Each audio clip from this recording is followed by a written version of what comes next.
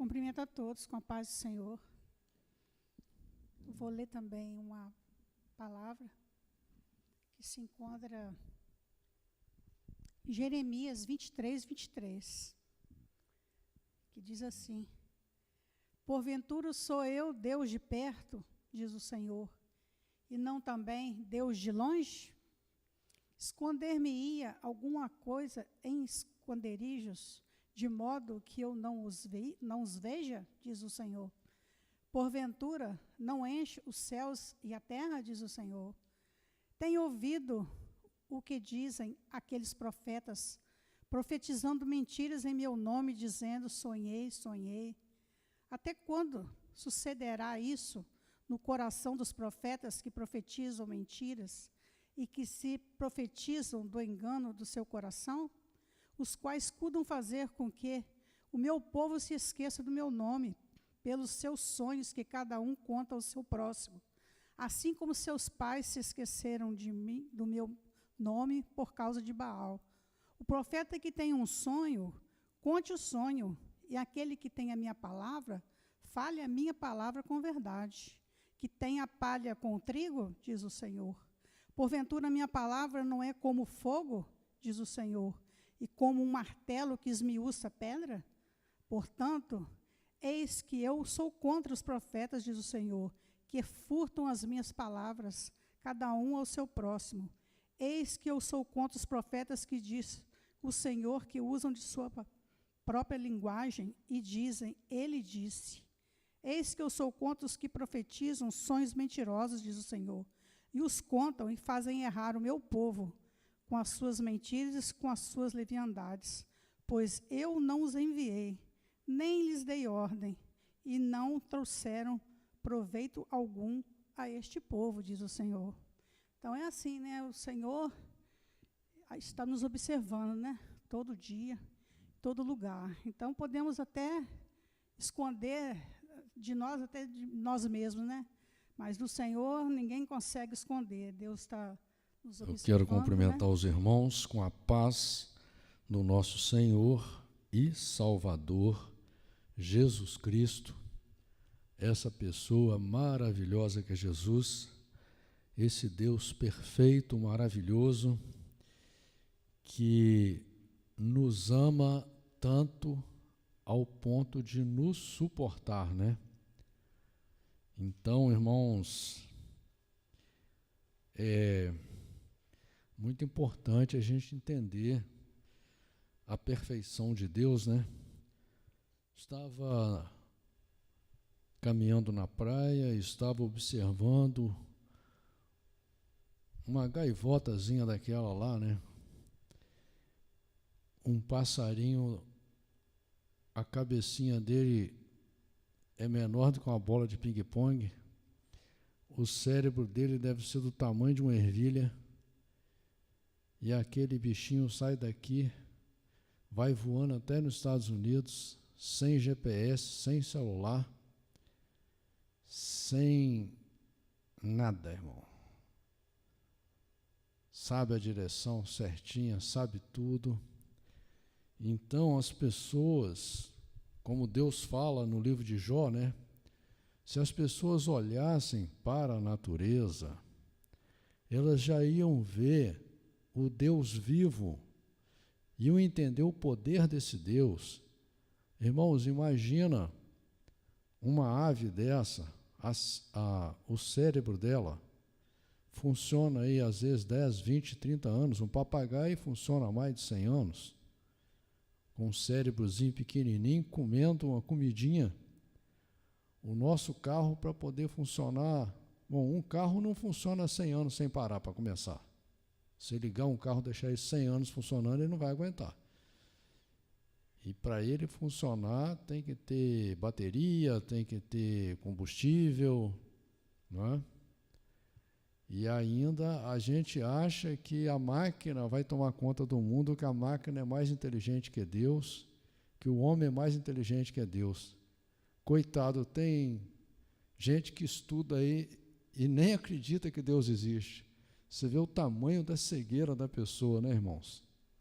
Por isso que Deus fala que ia destruir a sabedoria dos sábios, né? A sabedoria humana, irmão, não vale nada. Nada, nada, nada.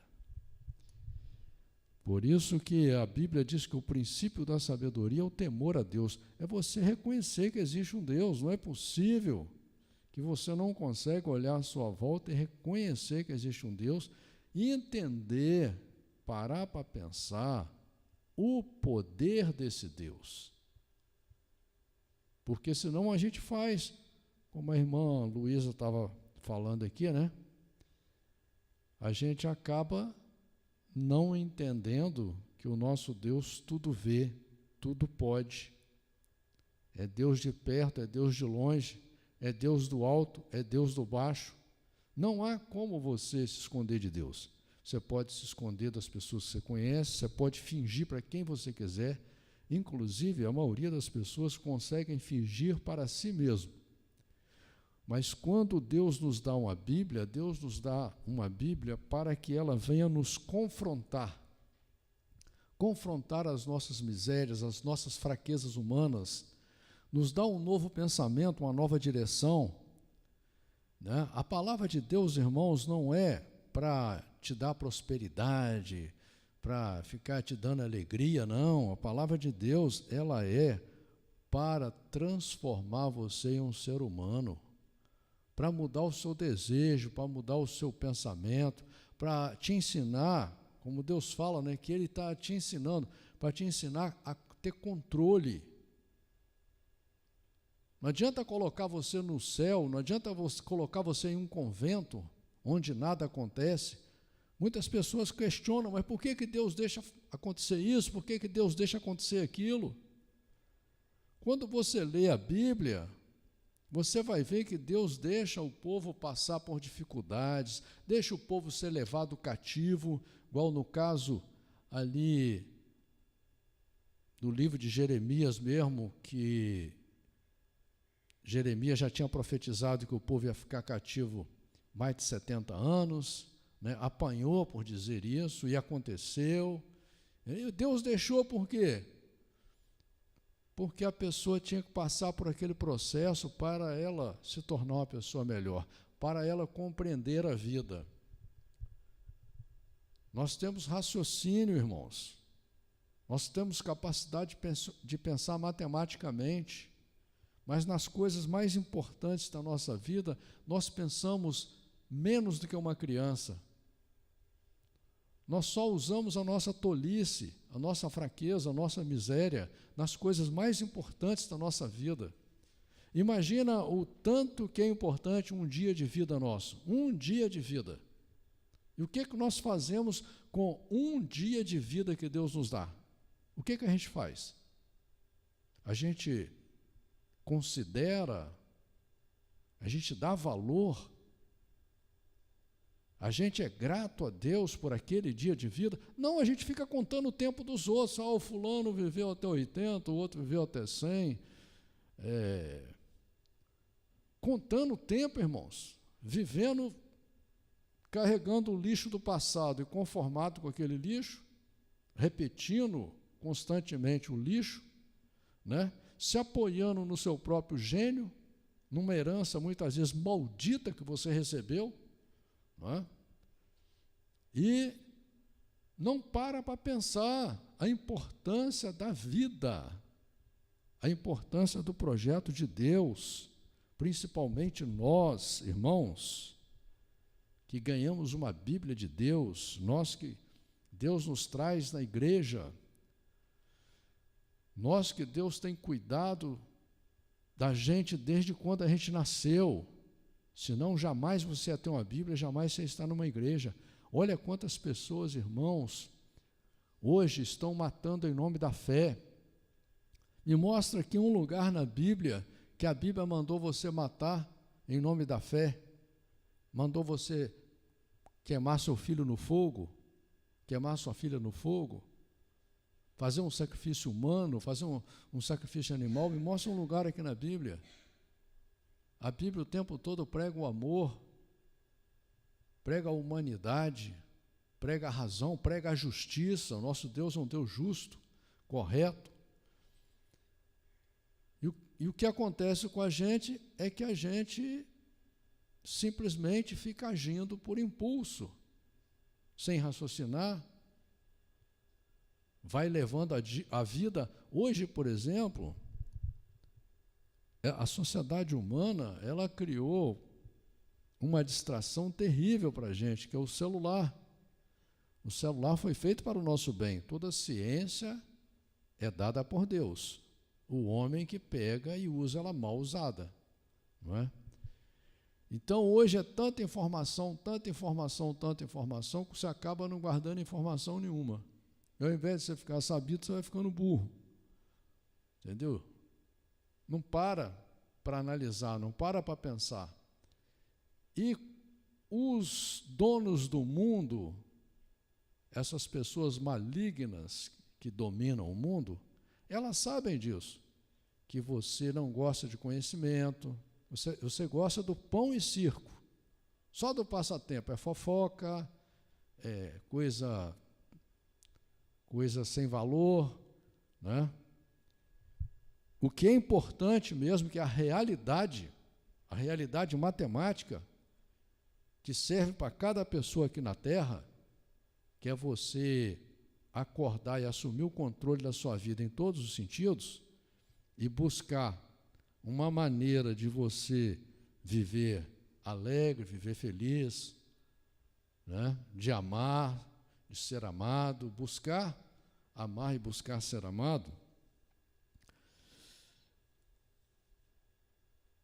Esse é o projeto de Deus para o ser humano, irmãos. Qualquer um de nós podemos viver bem aqui na Terra, podemos viver feliz aqui na Terra. Até porque a palavra do Senhor diz que o justo vai viver bem aqui na Terra. Deus vai cuidar do justo. Deus sempre cuidou do justo. E quem é o justo? O justo não é uma pessoa perfeita.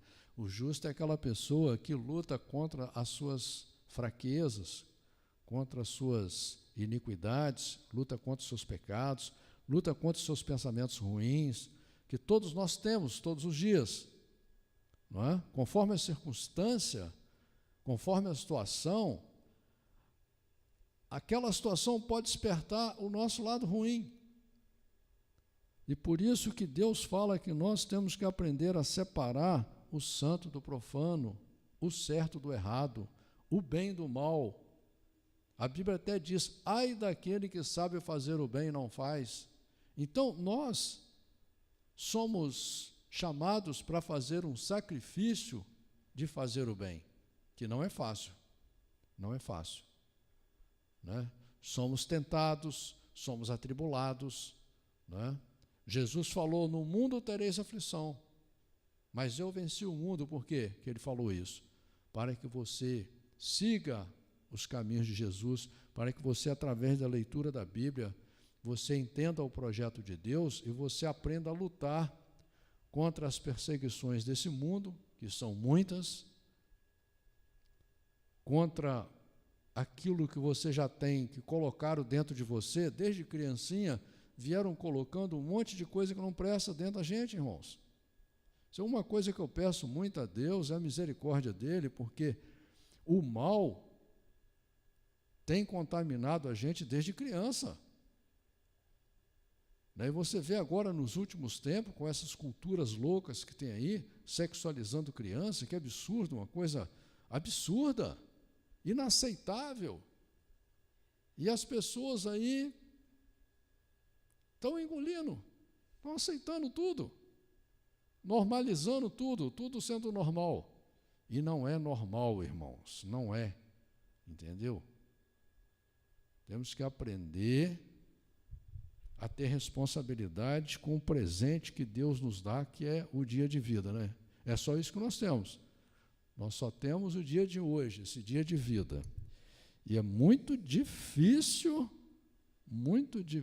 a gente exercer a nossa fé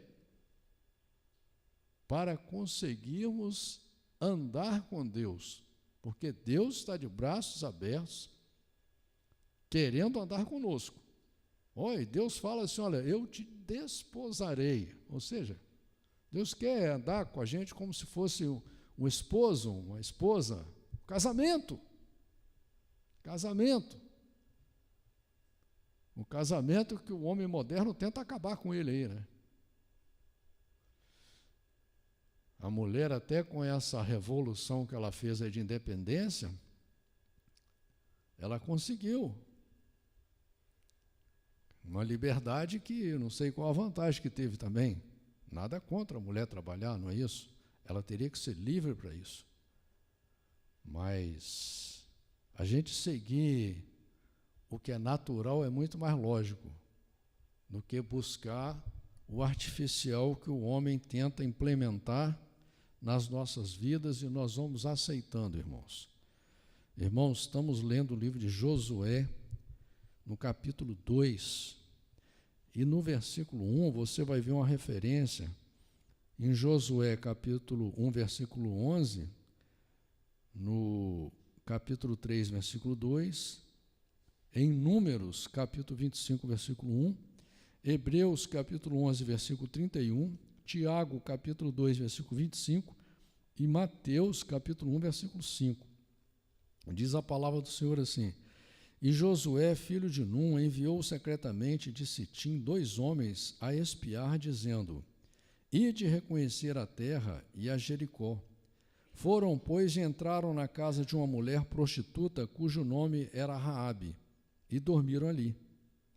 Então deu-se notícia ao rei de Jericó, dizendo: Eis que esta noite vieram aqui uns homens dos filhos de Israel para espiar a terra.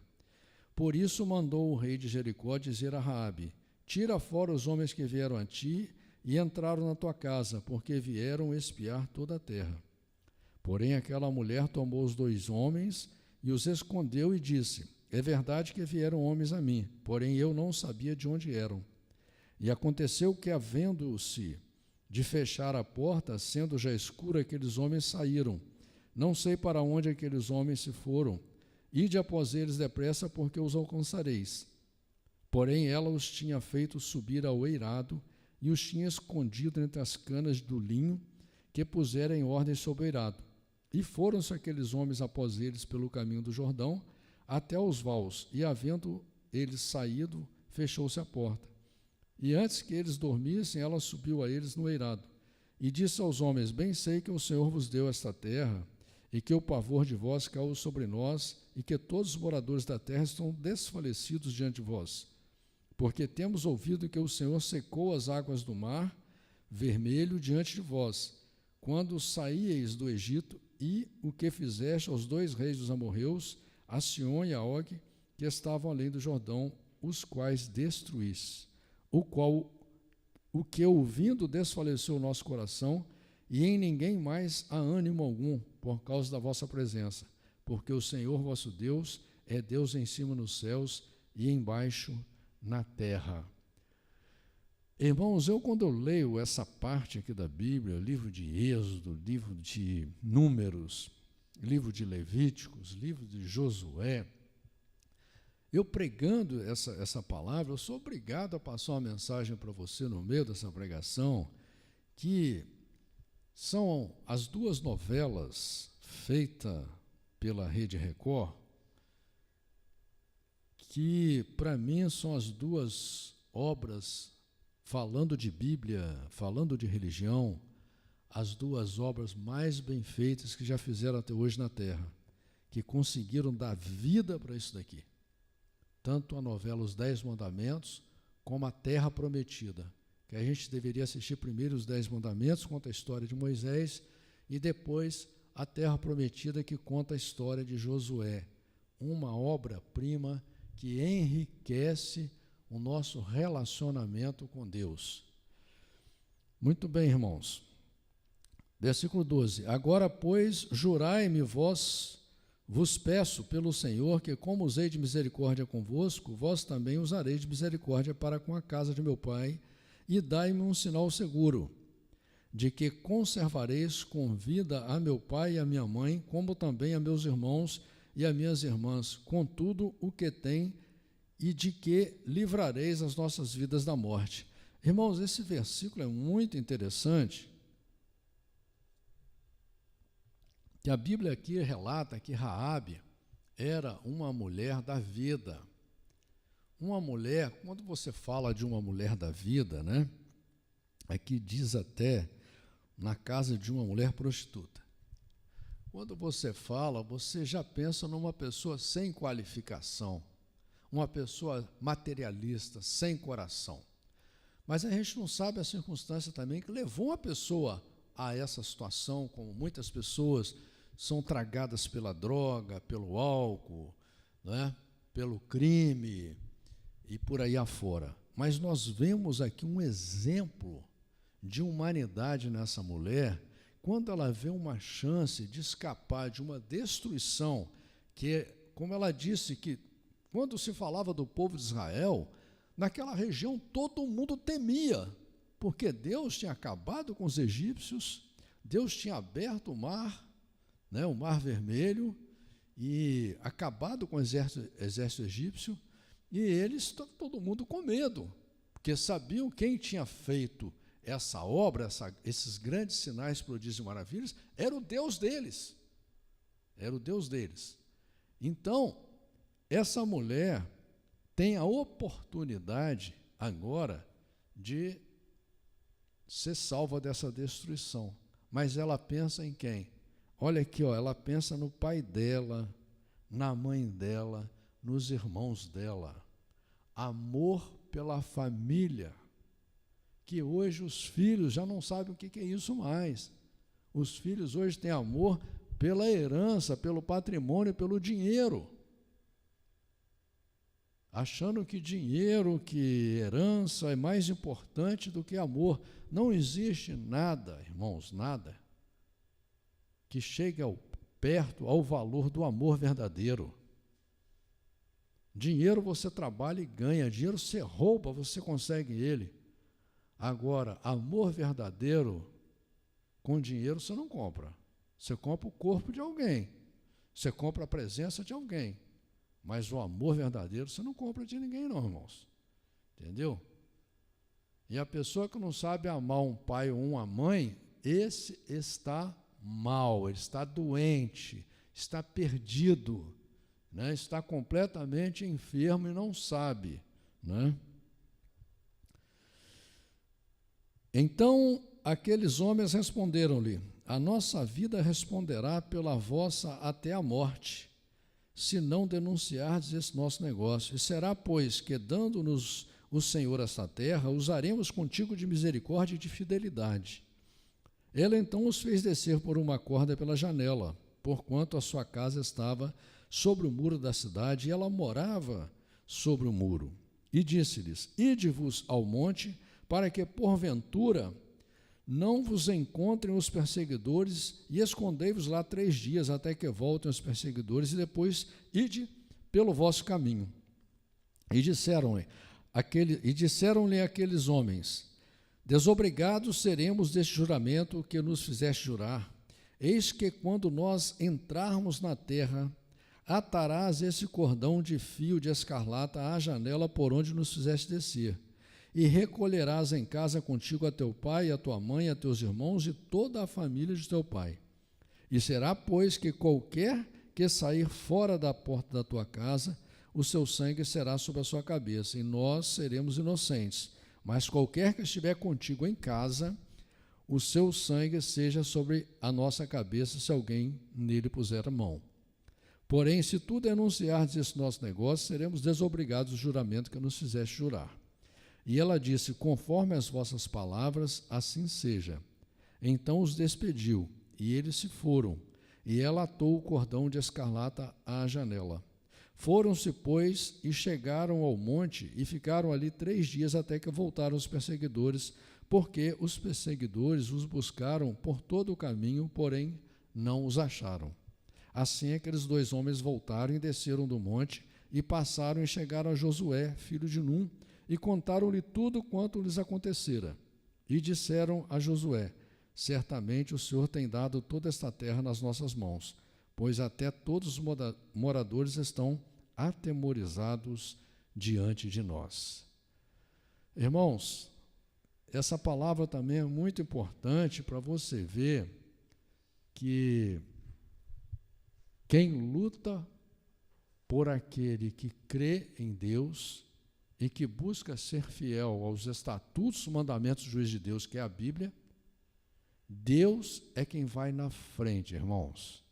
É Deus quem luta por nós, é Deus quem nos dá a vitória.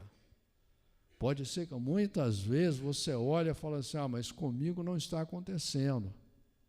Eu tenho andado correto, eu tenho orado, eu tenho lido a Bíblia, eu tenho feito tudo e não está dando certo.